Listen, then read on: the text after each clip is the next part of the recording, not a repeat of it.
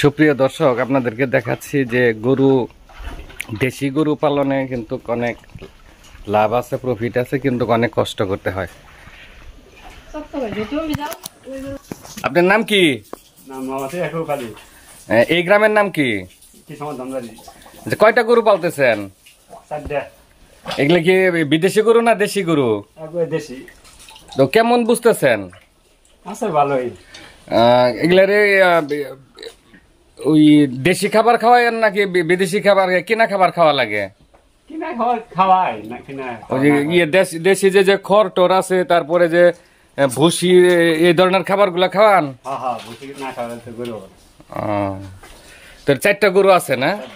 কিরকম কতদিনের মধ্যে বিক্রি করা যাবে আশা করতেছেন? বড় হইতে সারা আপনি কুরবানিদের জন্য টার্গেট নিছেন? তো এইগুলা কি ছোট ছোট কিনছিলেন না বড়? এই দুইটা কিনছি। এই যে এই দুইটা কত দিয়ে কিনছিলেন? 1,28,000।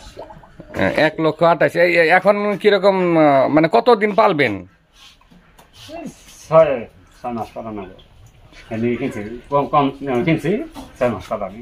ও, আপনার কি আরো যে ছাগল টাগল এরকম কোনো কিছু আছে? এগুলা না না, অনেক পালে না, শুধু এই গরু। অনেকেরই দেখি যে বিদেশি গরু লালন পালন করে, আপনি দেশি গরু কেন পালতেছেন? দেশি গরু মনে কোনো টক জক নাই, আরাম। ওই রোগ বেলায় কি কম? কম। একটু ঝামেলা মুক্ত কারণে দেশি গরু পালতেছেন। কিসামত ধনবাড়ি এটা, তাই না? চাই না, 3 নম্বর ওয়ার্ড এটা পৌরসভার। হ্যাঁ, সুপ্রিয় দর্শক, আপনাদেরকে দেখালাম যে ইয়াকুব ভাইয়ের ছোট্ট একটি খামার, দেশি গরু পালতেছে। 2টি গরু আগের ছিল এবং 2টি গরু কিনছে। তো আপনারা যদি কেউ দেশি গরু পালার জন্য ইচ্ছা করেন, তো ছোট্ট পরিসরে, স্বল্প পরিসরে আপনারা এরকম একটি খামার করতে পারেন।